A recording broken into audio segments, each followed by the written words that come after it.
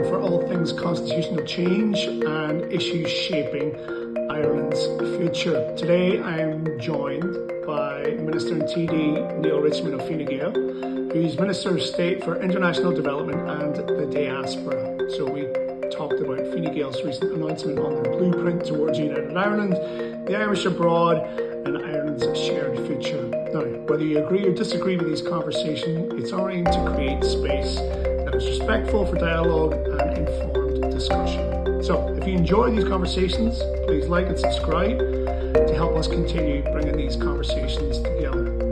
I'm Billy Garden, this is Chéile, and we're joined by Minister and TD of Fine Gael, Neale Richmond. Neale, thank you very much for taking the time out of a very, very busy schedule. I know you've a lot going on. There's a lot of travel in the role that you do. But let's get into you. So, Neale Richmond. Who is Neale Richmond outside of politics? Yeah, I suppose first and foremost, I'm a husband and I'm a father. Very lucky to be married for 10 years now to Babs, and we've two kids, 8 and 6.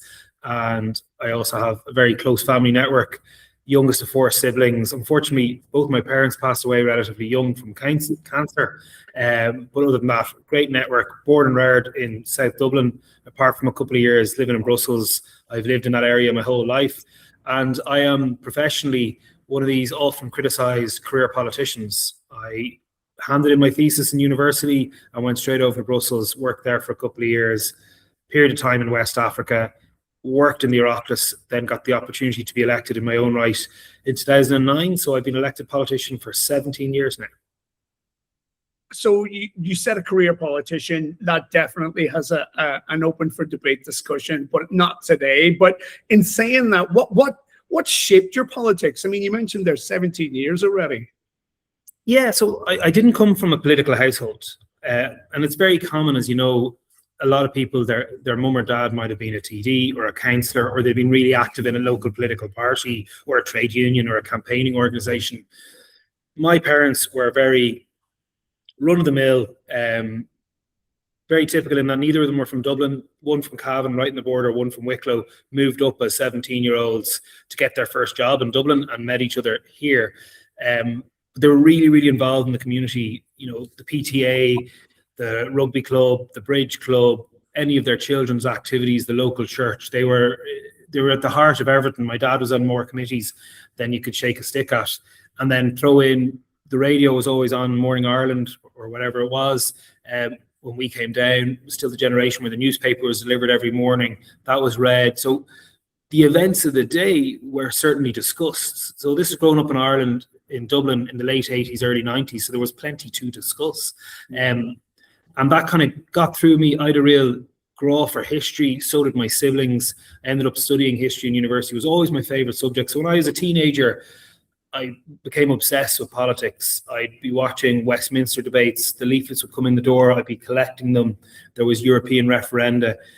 I was a bit macho. I wasn't involved in Model United Nations or European Youth Parliament. I wanted to go out with my mates, play sport, go to discos, or whatever you want to have.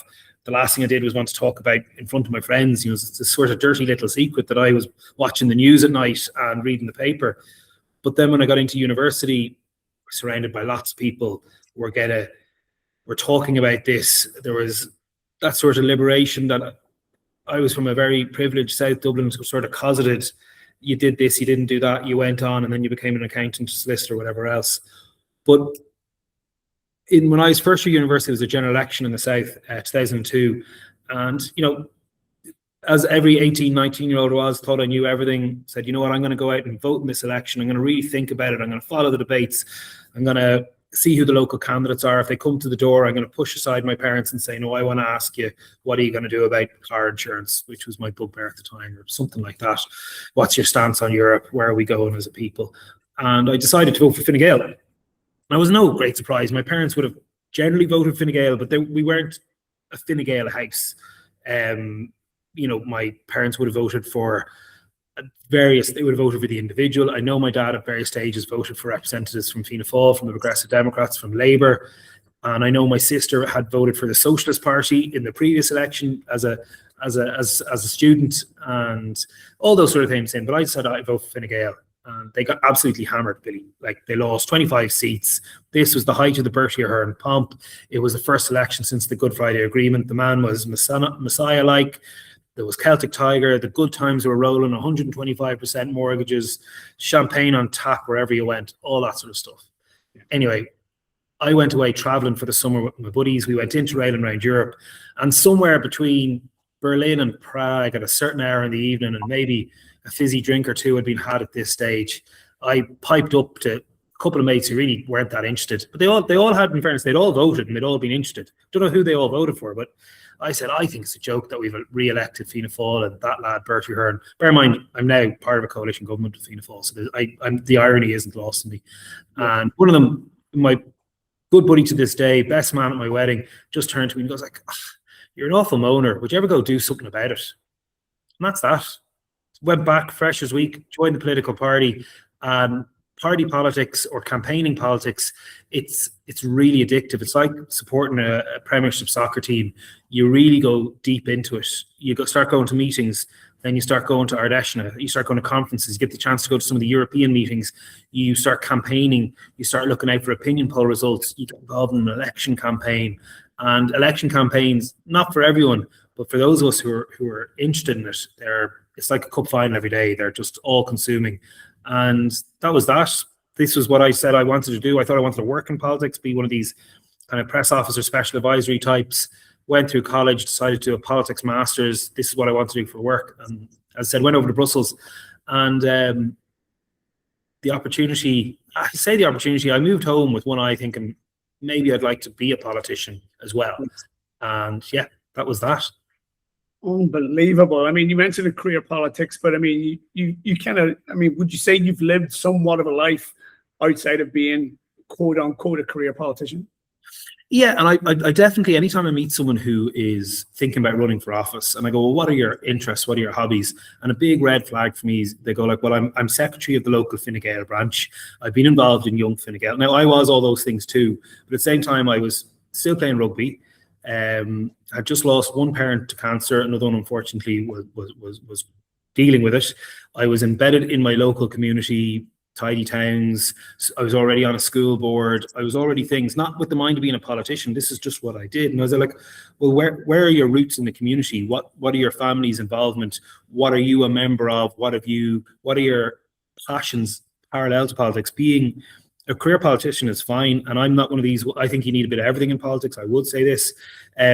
You need people who've been farmers. You need people who've been in business. You need people who've been in the law. You need people who've been in trade union movements or come through campaigning organizations, but you also need people who this is their profession. Politics is my profession, but it's not. I hate when people just think of me, oh, you're a politician. The same way in politics, I always go like, oh, you're the lad who likes rugby when everyone else likes GA. You know, it's all that sort of passion that comes into it. I'd always have a real interest in the politics of all our island and European and global politics anyway. So not just I'm running because I want to get the footpath fixed, or I want to get our taxes cut, or whatever the equivalent is. Well, I mean, you mentioned that you were taking a very strong interest in Westminster at a very young age, and obviously we're on the 10th anniversary of Brexit. And the main topic of this call is, of course, Irish unity, either for or against. So getting into Brexit on a very, very short comment, do you have any comments about how Brexit may have changed how you think about Irish unity? Has it? You know, it has. It hasn't changed my passion and desire to achieve unity, but I just think it's a far more imminent and realistic prospect now. Brexit has upended the playbook, and I remember speaking in about 2020-21, I released a paper, which was quite rare for a Fine Gael politician to do it. You know, we need towards a new Ireland, and got really, really strong.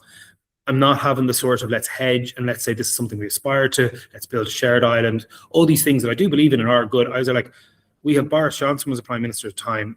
He's a wildcat prime minister, in my opinion. We are now standing at the precipice where you could, probably a 40% chance, have Nigel Farage in number 10 in the next 2 years.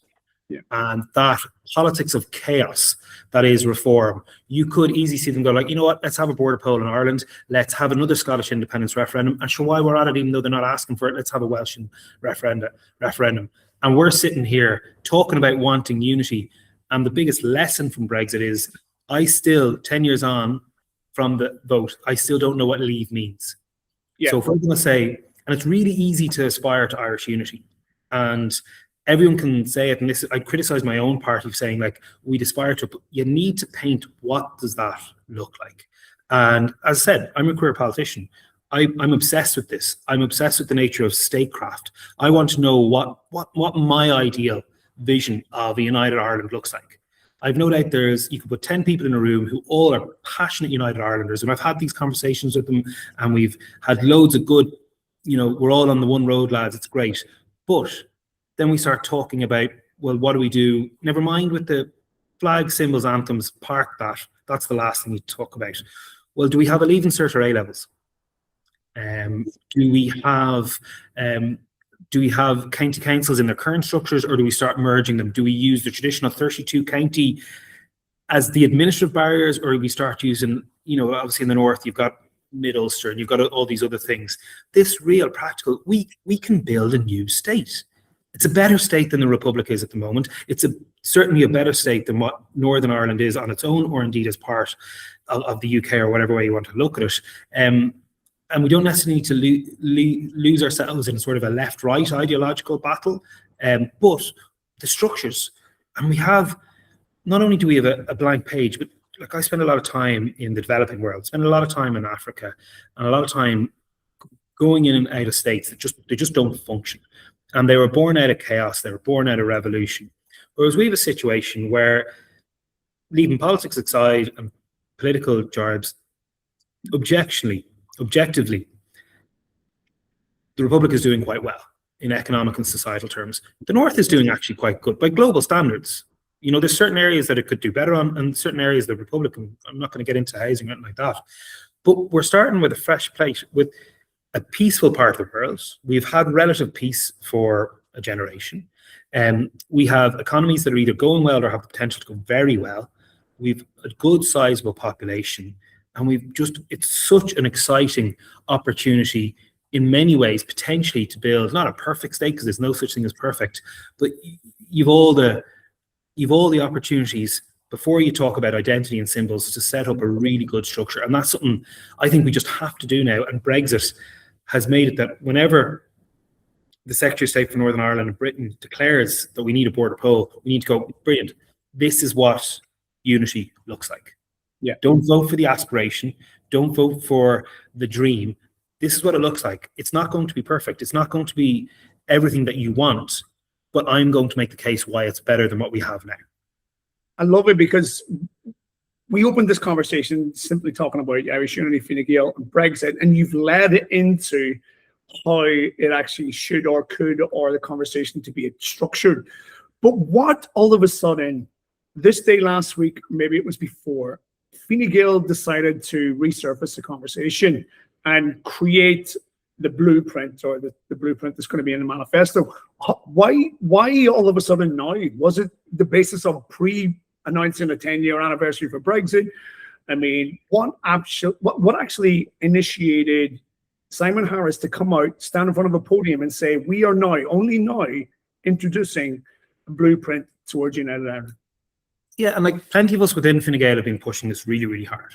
We have a really strong engagement committee.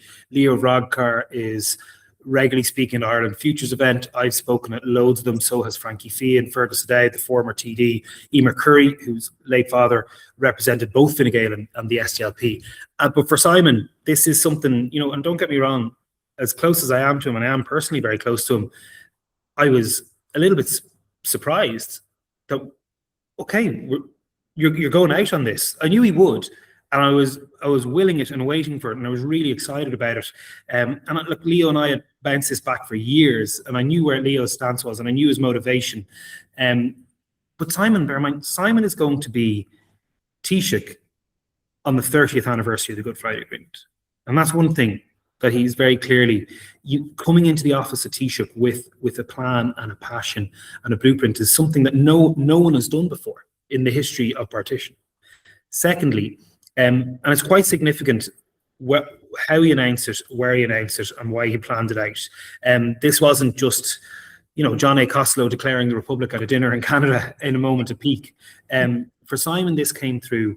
We were marking the 100th anniversary of the birth of Garret Fitzgerald. Now, for those of us in the Fine Gael family, Garret is platinum tier. He had such academic heft. He thought about the really big issues. Emotional intelligence drew a lot of people to Fine Gael in the 80s. Certainly, who's someone like me who's so pro-European, I have a huge. He's really up on a pedestal for me. But what Gareth always said was his greatest achievement was the signing of the Anglo-Irish Agreement.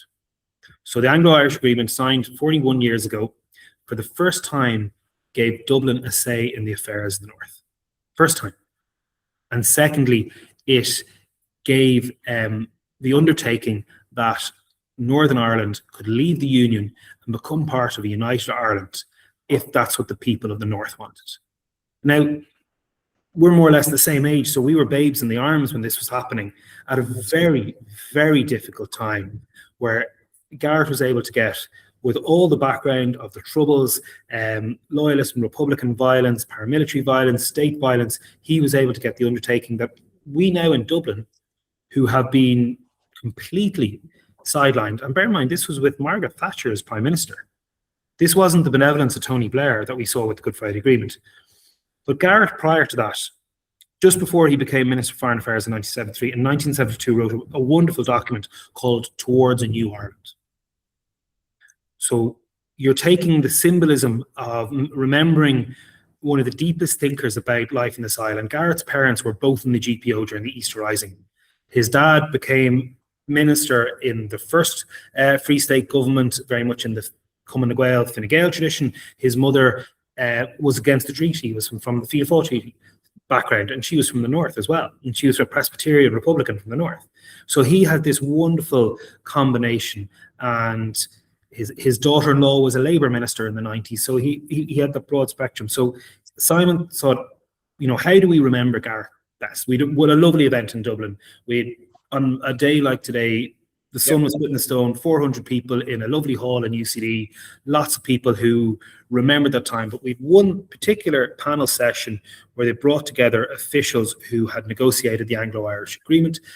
And he said how best to eulogize and commemorate the centenary birth of one of our greats by, as for the first time, a Fine Gael leader who will be Taoiseach in, do the maths, 15 months' time, saying, no, we're going to do a blueprint. And you know what? This isn't something, like, bear in mind, the name of our party officially is Fine Gael, the United Ireland Party.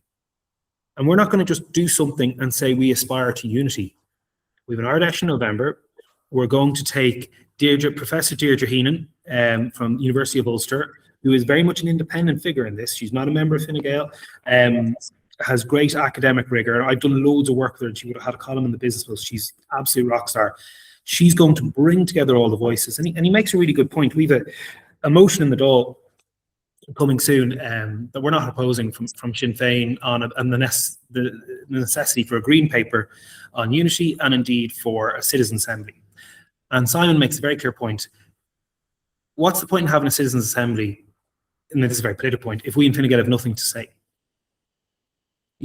we have to have a vision. And in many regards, every party who wants unity has to have an element of vision. And there will be areas that we disagree on, but we can see that with the mapping exercise being done, put it all together. Loads been done by the ESRI, loads been done by various institutes and DCU, and Colin Harvey, the academic, has done lots of the constitutional side, now on the Council of State. Look at where there's already 80% of convergence.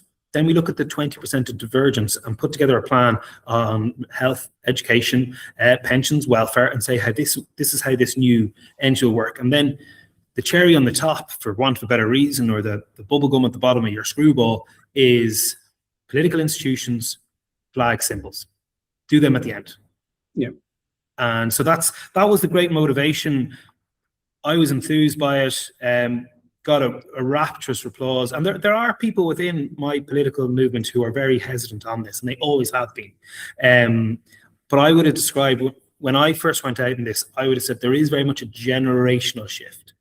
We are the generation of the Good Friday Agreement. Yeah. We remember the conflict, of course we do. emotionally scarred about it.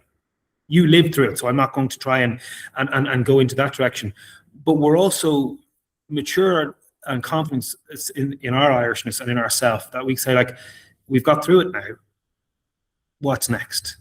It was always said to us, you couldn't have a vote on unity unless a generation passed. Well, a generation's 25 years, brother, and here we are. It is. And it's really refreshing to hear some of those views, especially when you talk about Citizens Assembly. And although this conversation is supposed to be structured, a lot of the questions are seeming to overlap. And as it is about the diaspora, the Irish citizens abroad, you mentioned about a Citizens Assembly. Should citizens abroad be represented at that Citizens Assembly? Yeah, absolutely. And I just want to put one thing in where it's a political difference and a practical difference on calling for a Citizens Assembly. Totally, absolutely. The Citizens Assembly method, by the way, it works. It was really important in the Republic when we had very difficult decisions in relation to abortion, same-sex marriage, and if we are to abandon military neutrality, which isn't going to happen anytime soon, I think that's an issue that goes to a Citizens Assembly. Unfortunately, I feel, and I'm criticising my own predecessors in my own party, my own government, too many issues get kicked to the Citizens Assembly. Issues like biodiversity, directly elected mayor for Dublin. I think it needs to be those big, tangible ones, in many ways to remove the politics from it. Abortion was a key one. A lot of people in Fine Gael were able to speak their conscience, both in favour and against. And I'm very much in the pro-choice wing of my party, but I'm not in the majority necessarily. But when I think we should have a Citizens Assembly is perhaps where I differ with my friends in other parties and indeed within my own party. I think having a Citizens Assembly now is a waste of time, regardless of age. But the Irish citizens abroad, do they get an opportunity to be present at the table within that? Absolutely. So the Citizens Assembly, the format is you take 100 random people. I want to make sure that a constituency part of that will, of course, be the Irish abroad. But when we hold the Citizens Assembly, I believe it's when the Secretary of State for Northern Ireland, the British Secretary of State, declares a border poll necessary. Let's not rush into it. Let's not have this poll in 6 months' time, because that's how you can rush to making the Brexit folly of voting for something that isn't mapped out. Equally, it's letting emotion dictate what needs to also be a practical conversation. And you're not going to get enough people from abroad or, crucially, from the unionist minority. If you have a Citizens Assembly, they're just not going to come to it. But if you say, look, we're going to be voting on this, whether you like it or not, it's been declared that there will be a referendum in 2 years' time, we are taking unionist voices into the Citizens Assembly, because you need to mark out how, in a united Ireland that is a republic, that is part of the European Union, your Britishness is acknowledged and respected. And I think this is separate identity. We have compared to 1998 in the Good Friday Agreement, 1998 we didn't really have much immigration into Ireland. We were a fairly homogenous culture. People left Ireland and they didn't come back. Now people leave Ireland, but they come back. And crucially, people want to come to Ireland, north and south. You have over 100,000 people of Indian birth in Ireland at the moment. You have a much better thriving multicultural existence. And if we really believe in a self-confident, mature, united Ireland, we will recognise that, just like the Swedish minority in Finland, or the German minority in Belgium, there will be a British minority. And they need to be recognised as such. They don't have to get an Irish passport. They can have a British passport, but they will still live in Ireland. They will no longer live in the United Kingdom. And the way I bring it back, I'm from the Church of Ireland tradition, Protestant minority. My grandparents would have all been brought, they were all born pre-Easter Rising, pre-Free State. They all considered themselves British. So my granddad, who always lived in Cavan, born, reared, farmed there until he died, always considered himself British and Irish. He never lived in, Northern Ireland post-partition. He always lived in Cavan, but he always considered himself British. It was never an issue. He cheered for Ireland in rugby and the Republic in soccer. But he said he was confident enough in his identity. And there are dozens of individuals like that, particularly around Monaghan, Cavan, into Donegal, a little bit in Leitrim. And this, I think, is something that we need to show to our unionist brothers and sisters, that in a united Ireland, you are not othered.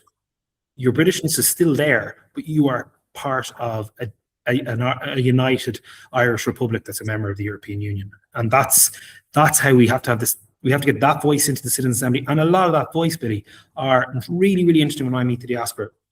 My uncle left Cavan in the late 50s, has lived in London since. And he says, you know, when I moved over to England, I was Irish.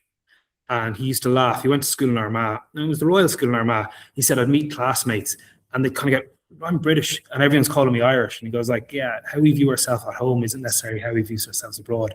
So when I'm engaging with the diaspora, I don't care if they were born in the 26 counties. If you're Irish, you're Irish.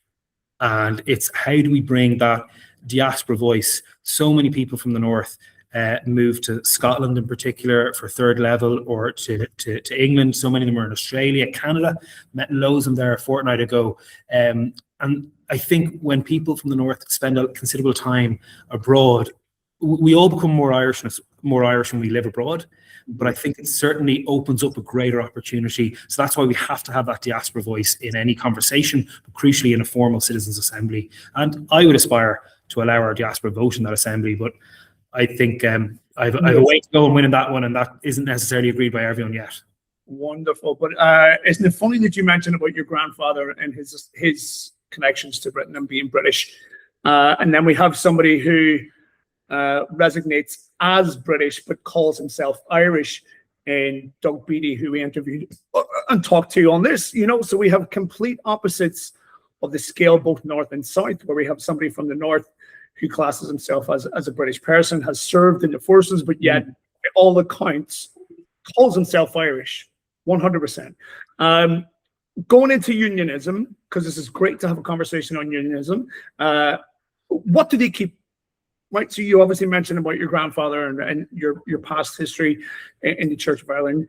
Unionism feels that they could potentially be getting a raw deal, but you mentioned they have an opportunity to withhold their passport as per the GFA, the Good Friday Agreement, yada yada yada. What do they keep? What do they keep in United Ireland? Well, I think we can't dismiss the unionists are British. They see themselves as British. They see London as their capital, and that is their cultural mindset. It's gas. Doug once said to me in a conversation, he said, you know, I believe in a united Ireland too, but within the United Kingdom. And I was like, all right, Doug, well, good to see we can mark each other's card on that one. And I think, yeah, look, growing up in a Church of Ireland household, playing rugby and cricket as opposed to hurling and football probably meant that I spent more time in unionist communities just socially growing up than others. I remember going up to visit cousins in Ballynahinch, Italia 90, Jack the Lad gear, tricolour shorts. They disappeared on the morning we were going up to visit our auntie and uncle and our cousins. And then I asked my mum, as a clueless 7-year-old, why are they all sporting France? It's red, white and blue curbstones everywhere. Yeah, there's an innocence to that, but I know that, look, let's not dismiss the very serious identity issues and everything else that has gone around. Bear in mind, this is 1990.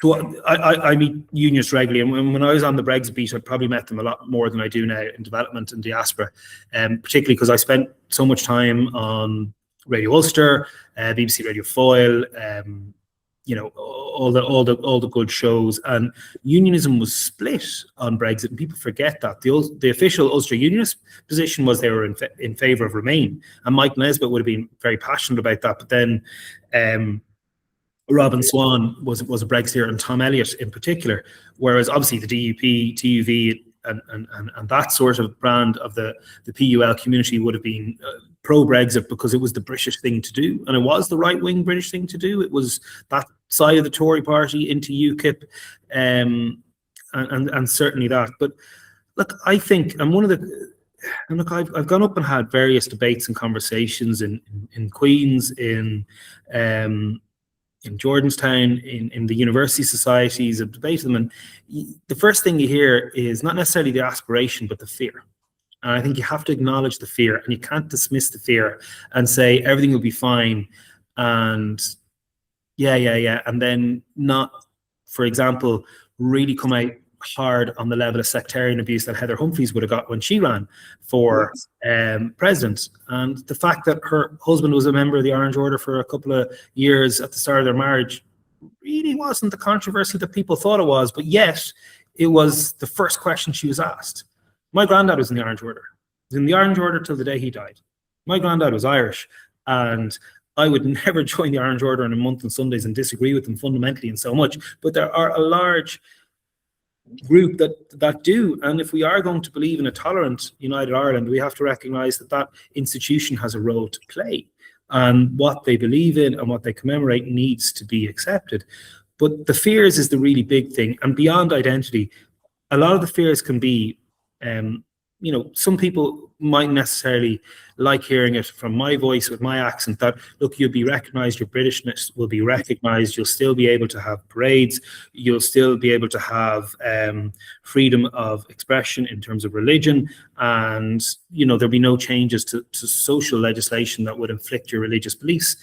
Things that weren't necessarily the case, by the way, in the early days, the Free State and the Republic, in relation like divorce and things like that, only was legalized in 95. But one of the crucial areas is the myth busting on the practicalities, and we can do this very easily. But we'll lose our pension. And you go like, but Brexit happened and we got pension solved. You do know that the weekly wage pension in the south is double what it is in the north. Oh, but the NHS is so much better. NHS is great and all that, but waiting times are lower in the south. Application times for a GP is lower than south. Education attainment is higher in the south. So it's busting those very practical myths. We'll all lose our jobs. And that has to be done, by the way, in the south as well. We don't, an ESRI report saying that this is going to cost us £12 billion a year is a really rudimentary calculation that just takes what the subvention from London to the north is at the moment, without taking into account, well, we won't be paying contributions into NATO, we won't have social security contributions, but be honest with people, there will be a cost to bringing together two entities in one, a very immediate cost, but every business deal, you have to make an investment to get a return. That's how it should be phrased. It's going to be an investment. There's going to be a monetary investment. The West Germans made a monetary investment to bring Germany together in the early 90s, and it made their economy and their society stronger in due course. We will make, I would argue, a relatively modest investment in bringing, in creating a new state that is 32 counties, 7.2 million people. But think of the first thing. When I was in the Ministry for Enterprise, we had the IDA and we'd Invest NI competing for business. Well, there's the first get-go. We actually have the two of them working to bring business to the island as a whole. All of a sudden, you see the border regions that are often squeezed out when investment will go to Belfast or Dublin or down to Cork or Galway. What about the opportunities, particularly the areas that are economically most struggling are that loop from Louth all the way around up to Donegal.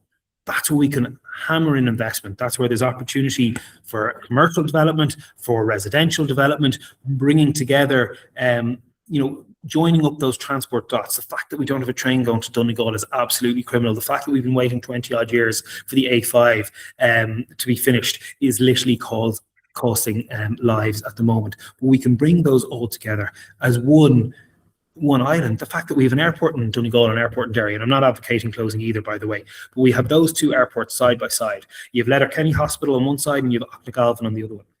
What happens if you had one big hospital, everyone's accommodated, and all of a sudden the people in the Northwest, it becomes a lot easier to get cancer care for your children. That's how you win the argument. You bust the myths from the get-go, and then you show what the return can be in the most practical human sense. So what are nationalists? So that's unionism, what they get to keep, what they'll gain. Let's talk about nationalists and Republicans. What do they need to compromise on? Do they need to compromise at all? I don't view anything as a compromise here. I think everything can be phrased differently. Look, I think we do need to be a lot more generous of spirit in terms of identity and recognizing that a new Ireland will have a British minority. And that's something that shouldn't be, it shouldn't be something that concerns us. It shouldn't be embraced. Now, this doesn't mean that we need to start running Union Jacks up the pole or change our anthem or anything like that, but just recognizing that, you know what, there are a significant proportion of Ireland. By the way, there's over 200,000 British citizens living in the Republic as it is. Right. And the Good Friday Agreement and the CTA gives British and Irish citizens' rights in each other's jurisdictions that isn't enjoyed by most other countries. If I lived in London, I could vote in their general election. I get plenty of votes from people who are my neighbours who grew up in England. They can vote in our general election. They can't vote in our presidential or referenda, by the way, which is something that we'll need to think about when we talk about unity. I don't see that we need to make any great sacrifice. We are growing our nation. And you talk about political institutions, there may be a need for a conversation about, well, do we need to earmark seats for people who are, see, there won't be unionists anymore because the union will be gone. But do we need to earmark seats for the British minority in a new government? And that's something that requires a real deep school of thought, and not a sort of patronising, oh, we'll join the Commonwealth and that'll all be okay. The Commonwealth means very little to most people, to be honest, particularly those who are British or unionists. They like the Commonwealth Games, you know, whatever. But the real practical sense is, well, how do we recognise? And there's loads of different ways to do it. So obviously in the north, we have government by Hunt, and you have people from all sides of the recognised communities. And that is a situation that works, kind of, but is working at the moment in Northern Ireland, for example. But we look at other jurisdictions where you do have ring-fence seats for certain minorities. You do have, and that doesn't necessarily have to be permanent, by the way. So the first Senate in the Free State, until the Senate was abolished and then brought back in the 1937 Constitution, that had ring-fence seats for the Protestant minority. And it was very sectarian at that time, and I don't mean sectarian in a nasty way. It was just they used religion as the clear divider. Religion is no longer a clear divider. You have people who are British passport holders in the north who have no religion or aren't necessarily from one of the Protestant denominations. It's a full mix, and that has to be considered. I think that is one thing that we have to look at. And how do we look at? The other thing is, and people can lose themselves talking about a federal Ireland and all that. We're too small. We're altogether 7.2 million people, and the greatest benefit of unity is it's an amalgamation. It's bringing together two small countries into one less small country that can actually be more effective in terms of attracting investment, in terms of running its society. And that's why we don't necessarily need a parliament to remain in Belfast, but we may need to have certain carve-outs. And I think we can lose ourselves in the fantasy football. Oh, let's have the Dáil in Athlone or something like that. There's perhaps other things, and I really would hate for language to become a tool to achieve this, because I think that's an unfair arbiter. There's plenty of Gaeilgeoirs in the Protestant minority. There's plenty. The language shouldn't be brought into that, and I hate when it's weaponized. And I do see it being weaponized, just like Ulster Scots is weaponized. I'm very proud of my Ulster Scots heritage. It's a big, important thing for us when we're talking about our influence in the United States. Less immigration into the United States means there's less Irish people there. We need to make sure that we have Irish influence, not just in those who are, of Catholic heritage, whose forebears moved over in the famine. We also need to embrace those of an Ulster Scotch tradition who went over pre-famine, many of whom went on to high office. So I think language doesn't necessarily need to be a concession, and it shouldn't be seen as an identity tool. That's going to be really hard to do, to be honest.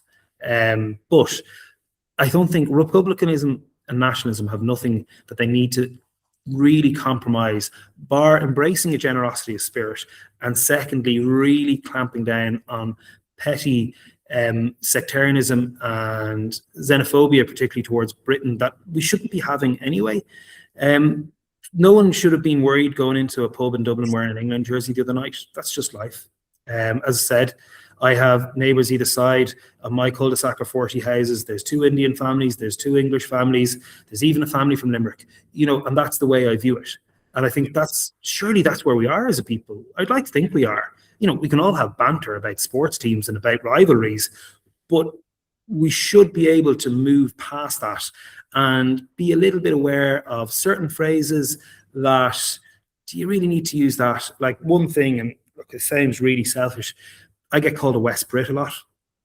I'm not British. I've never been British. I never grew up in Britain, but I've never had a British passport. But yet, I'm Protestant and I play rugby. So it seems that's the first thing social media will have a cut at me. If we really believe in unity, we don't need to sacrifice anything. Give up on that sort of language, I think, is the biggest achievement. To be honest, the biggest people we have to convince Billy, and this is where it's going to be won or lost. You take a poll in the morning, 67% of people in the South will say they support unity. Great. How you phrase the poll can change those numbers greatly. Would you pay more tax to have unity? It goes down to 40%.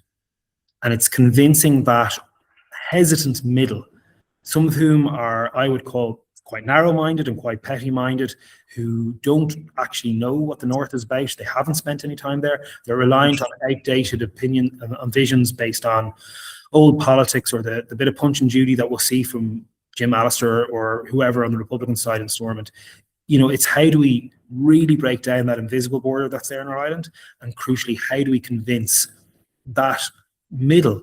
And some of these are in 20% of these, by the way, are in the North. They're voting for the Alliance Party. They are unity questioning, is a good phrase to them, and go like, well, we got to reach out to that big block.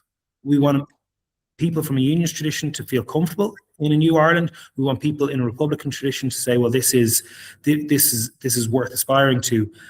But we all need to work to convince that group, the 30 to 40% in the South, the 20% in the North, in the middle, and they're growing. And it's a conversation that's very real and very imminent. I think it's really interesting how you frame the language, how Heather Humphreys not being able to fully engage in her Irish language and Gaeilge in the presidency seemed to be a topic of conversation. Then, as you say, how we frame the conversation on a poll from day one to day two, how that could effectively change the outcome of said poll.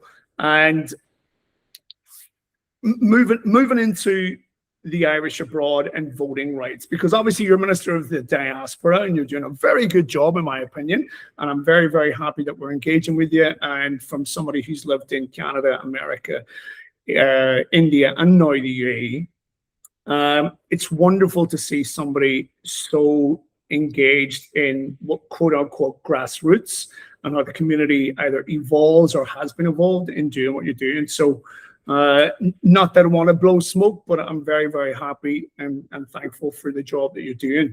You mentioned also, we talked about a Citizens Assembly, trying to get the vote for the Irish abroad. What we've noticed and what I get questions a lot is citizens abroad and their inability to contribute to Ireland's future, both North and South. And the state as a whole, should a united Ireland be a topic of discussion? So do you think your Irish citizen, and we're not going long because we want to keep this nice and short and quick, but do you think Irish citizenship diminishes the minute that you leave Ireland? Irish citizenship, not being Irish, your citizenship. Yeah, because your responsibilities aren't the same and your obligations to the state aren't the same. Quite blunt. You don't live under the laws of the state anymore. And this is a question that I try to frame respectfully as a Minister of Diaspora, and I never want something that I seen to be seen as hurtful. But I certainly look, ultimately, I get my paycheck this Friday, and it'll show how much tax I pay to the Irish state. That's my obligation to the state. Secondly, I abide by the laws of the state. I remember during the repeal referendum, I got one friend who had lived in Australia for a couple of years, and she was really angry that she couldn't vote. And I said, like, okay, but you want to fly home from Sydney to vote in this referendum and then fly back to Sydney where the law is different, but the law that you've just voted on won't apply to you. And this is the difficulty when it comes to one's nationality being part of the Irish nation and being part of the Irish state, and the obligation, the responsibilities, and the rights that are entitled to you. So when it comes to voting rights, I would have great difficulty for someone wanting to vote for my county council who doesn't have to worry about the local property tax rates or the maintenance of the footpaths. I would extend that into the Dáil, to be honest. And referenda are part of that. One area, though, that I think the big caveat is obviously the president, because the president doesn't just represent the state. Yes, they are the head of state, but they represent the nation. And repeated presidents from Mary Robinson onwards have made a big point about being the president for all the Irish, up to 76 million, whether or not they have citizenship or heritage. And that's why I think, for me, it's an absolute no-brainer as a first step to get votes for the Irish abroad for the presidency. Absolute no-brainer. And it's remarkable. We're not having referenda under this government for loads of different reasons on any issue, really, to be honest. For real practical political issues, the last referendum we had, we got absolutely hammered, and there was an element of referendum fatigue. And yet, why? Like, I'm a big believer, as I said, I'm a career politician. Don't run a vote if you don't think you can win it. Don't run a vote just for a sake, because then you lose the opportunity to run the vote for a long time. And our friends in Scotland say that a lot. They're like, if we're constantly looking for an independence vote, they came blooming close last time, by the way, and that was one part. But there's very stages where I'm friendly with a lot of SNP politicians. We bonded over Brexit, and a lot of them go like, no, I'm desperately aspire to Scottish nationalism and independent Scotland in Europe. But if we have this vote now, we won't win it. And this is the same with goes to unity. If we have this vote right now, without any consultation, without any plan, we could win it and have 2 years to quickly try and work out what this means, or we could lose it, and that's that gone for a generation. So when we talk about Irish citizens and within the state and beyond the state, can someone be Irish enough, hold citizenship, but not be Irish enough to have a say or on the shape of the state? But the thing is, it's the state. You live under the rules of the state, and you pay a tax to the state. So that shouldn't. There's practicality and there's identity. The practicality is, if you don't live in the Republic, why should you have a say in the taxation that's levied on the people that are there? If you don't pay tax into the system, why should you have a say on how the tax is spent? It's very difficult for me to say this and not be mean-spirited, because I don't mean to be mean-spirited. It's just the practicalities. But then that's why it's different when it comes to the president, because the presidential office is the leader of the nation more broadly, and that's why that's an easy one to do.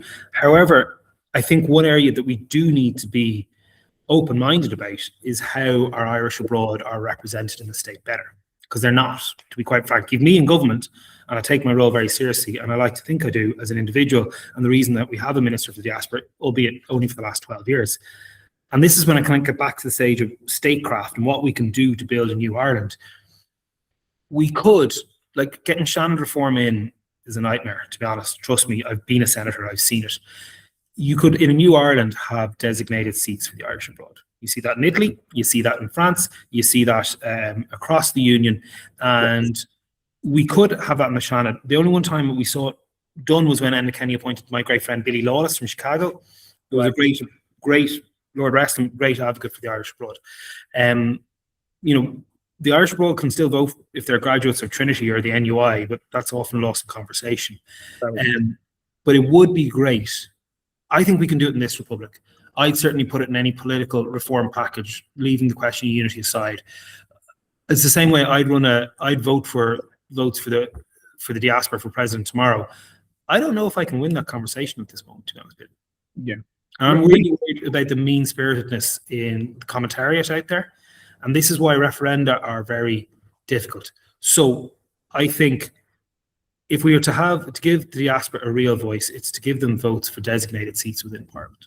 Wonderful, because you actually answered one of our questions that we got, which was, would you support reserve seating and representation for the Irish abroad in the Senate? And look, we're going to start wrapping it up, which means today you drew the quick fire questions. Normally we ask what people read books, where they are, where's their next place they're heading to, but you drew, I should say, the quick fire questions. You ready? Yeah, hit me. Border poll in 10 years, yes or no? Yes. Diaspora seats in the Senate? Yes. Vote for the Irish abroad? Yes-ish, if that makes sense. Commonwealth membership? Yes, I'm real popular. Something Fine Gael gets wrong? Votes for 16-year-olds. We should be in favour, we're not. Something Fine Gael gets right? Ireland should abandon the triple lock. There we go. And our last question, my very good friend, Neale Richmond, if you and I sat down anywhere in the world as Minister of the Diaspora, not in 10 years' time, hopefully, with your aspirations, I would like to hope to see you elsewhere. But let's say we sat down in 10 years' time, what would success look like for Neale Richmond and Ireland? a peaceful, united Ireland with a growing economy at the heart of the European Union. Wonderful. And on that note, we will leave it at that.